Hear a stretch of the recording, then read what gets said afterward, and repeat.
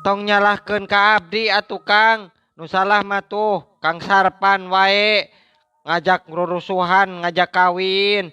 Ari nu dipenta pan cenah tulung urus surat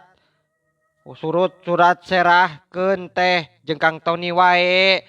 Nya we ku Kang Tony teh disanggupan ka KUA, teuing disanggupan, teuing henteu ta teh cek Marni bari diuk ngahunjar nyarande kana tembok imah da emok atuh da teu bisa ari di samping kebat kitu mah. Jadi benernya ieu teh.